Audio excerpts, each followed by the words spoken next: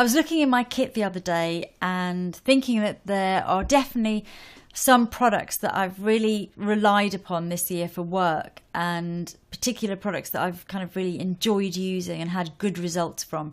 So I thought today I would make a short film with the eye products that I've really found to be great this year. So I'm going to start with mascara. Last year I think I was more into the really big brushes, the big plastic brushes, the kind of really volumizing fat brushes. This year I've noticed that I've used much smaller brushes and just really got into them. One that I've really liked is the Extended Play Giga Black Mascara by MAC. And this has a very thin, long wand, and it's kind of the same width all the way up, very, very skinny. It's fantastic for really getting into the roots of the lashes and really lengthening and defining your lashes. So good if you've got fairly good lashes, maybe they're not too thin, but you just want to really define them and separate and lengthen them. The formulation is not too wet, so if you don't like those kind of wet glossy ones, you prefer a drier formulation. It's not too dry, but it's definitely drier than some. Then it's good because you don't have to wait for it to dry. It dries very quickly and it's long lasting. The only thing I don't use this for is for going back in, maybe an hour later when you want to add a lot more. Certain mascaras work for that. I don't find that this mascara does. I think when I've done that, the lashes seem to have started to clump a little bit at the end. So I'll get it on quickly. It has great results, but I don't tend to build up with it throughout the day. Another tiny brush is the DHC one, and this has kind of become almost my first love in the last couple of months.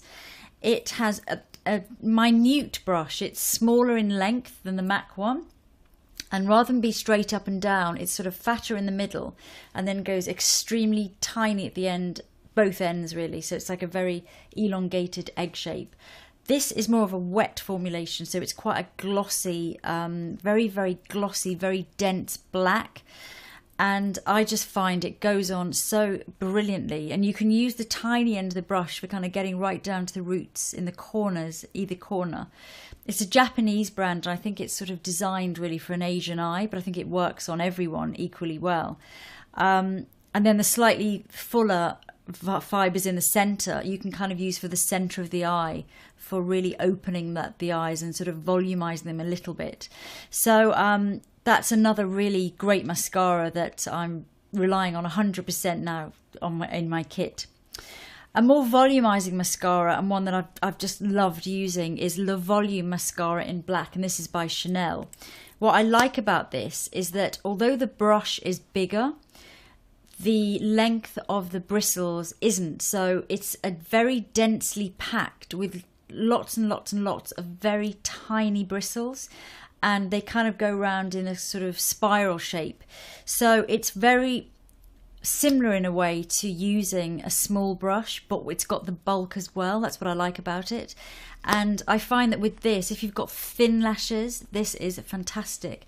Just really go right into the roots of the lashes and kind of massage for ages, as long as you can, and then sort of zigzag out, and it just adds so much oomph and bump to the roots. You really notice the volume just increases hugely. So continuing with the skinny theme, which seems to have been my thing this year for eyes, I'm not sure why, is the Hourglass Script liner. And this is a liquid liner with the most exquisitely teeny tiny skinny nib, I think, of any other brands out there.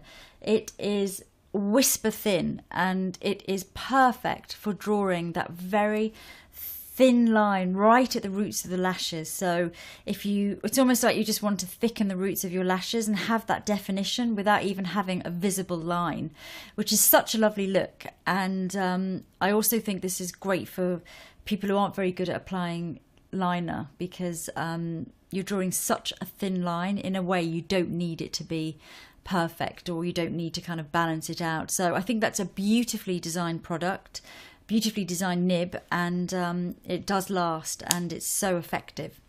Another nib that I like, another eyeliner I like, is the Skinny Liner by Ico, which I've used a lot of this year. And what I like about this, it's obviously got a much bigger nib, but it is quite angled. It starts sort of thick at the bottom in the middle, and then it kind of really tapers to a very tiny point at the end.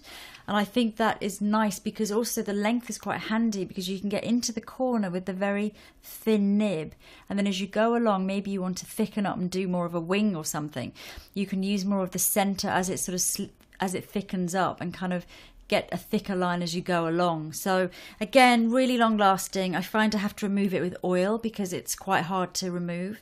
It is very long lasting, and I also think, again, although I use it and I'm obviously a kind of pro, I think both of those are good for people who aren't good at applying liquid liner usually. So that's 5 products that I have really enjoyed using this year for defining the eyes. And there are also 5 products that I think are great for non-makeup artists as well. So not necessarily for jobs, but just for everyday life. I think they work really well, and they'll last you a long time too.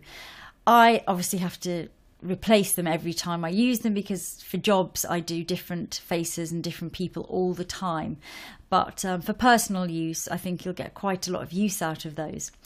I obviously use lots of other different eye products and liners, and depending on the job as well. But I find that these 5 this year I've really kind of relied on, and have used pretty much, I'd say, one of them for every job I've done. So I really rate them highly. So that's it. I hope that was helpful, and I'll see you soon.